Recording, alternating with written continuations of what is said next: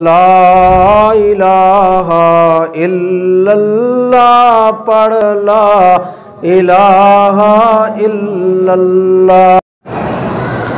آدم علیہ السلام کے زمانے میں بہرحال کہتے ہیں کہ ان کو بہت ساری زبانوں پر اللہ نے عبور دیا تھا اور انہوں نے مختلف زبانوں میں تعلیم دی۔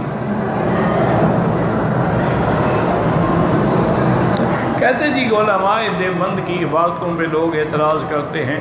اللہ کے بندے، علماء دیوبند کی کیا حیثیت ہے؟ لوگ صحابہ پہ اعتراض کرتے ہیں،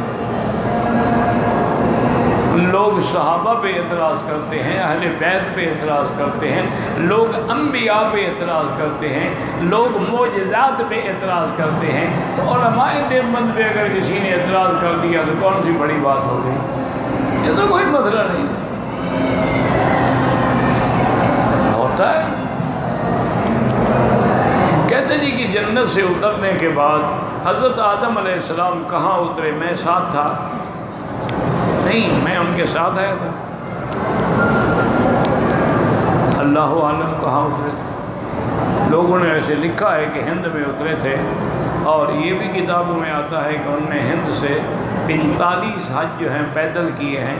سب باتیں ہیں، کوئی حقیقت نہیں، نہ حدیث ہے نہ قرآن ہے۔ اللہ نے اتارا تھا، اتارا، سب اسرائیلی روایات ہیں۔